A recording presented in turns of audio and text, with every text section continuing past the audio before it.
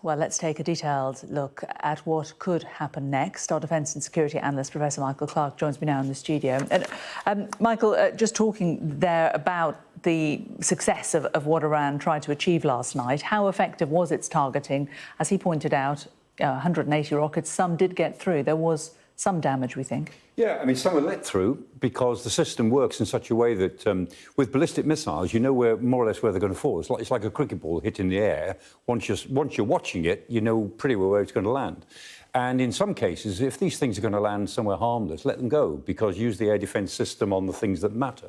So the system discriminates and it lets some of them go, which is not to say that some of them may have got through that they would have preferred to target. But so we know there were some hits. Astonishingly, no reported deaths or injuries. Now, that might change, but so far, nobody's come up with any independent verification of the official Israeli statement that no deaths or injuries, which surprises me because I think, as you were discussing there, if you hit a missile mid-air, the debris is going to fall somewhere. But the more that people... may be what happened in Jericho. Exactly, yeah. And it seems to have been... It certainly happened in Amman as well. Some debris fell in Amman and certainly injured somebody. What we know of the hits is that there were some in the centre of Israel, but non-overpopulated areas. Some in the south, and the Israeli spokespeople did admit that. They said there have been some landing in the south. One is at Nezrim Air Base, and the Nezrim Air Base is in the south and the east. It's a huge air base. It's where the F-35s fly from. So it's a very legitimate military target. It's the only place that on April the 13th, the last big attack, it's the only place that they actually landed. And it may be that some landed there. It seems to be the case. They'd need to blanket the base with ballistic missiles to put it out of operation because it's so big and it's in the middle of the desert. So you can put holes in the desert, by all means. It won't stop the base operating.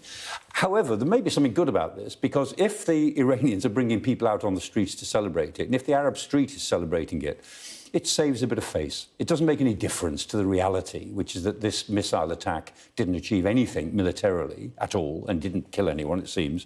But if the Iranians and the Iranian backers want to celebrate it, well, fine. Maybe everybody's happy in that case.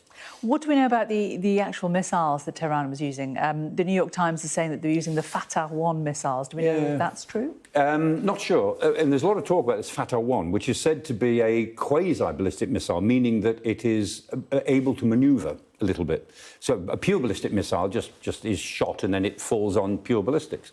A quasi-ballistic missile flies rather lower and it has some ability to manoeuvre, maybe at the top of its flight. It's not clear if they use the Fatah-1. What has been reported is both in April and last night, debris from Fatah-1s were found. Now, I'm not sure about that, because if the Iranians were using this Fatah-1, they only unveiled it last year. If they were using it, I think they would have used more of it.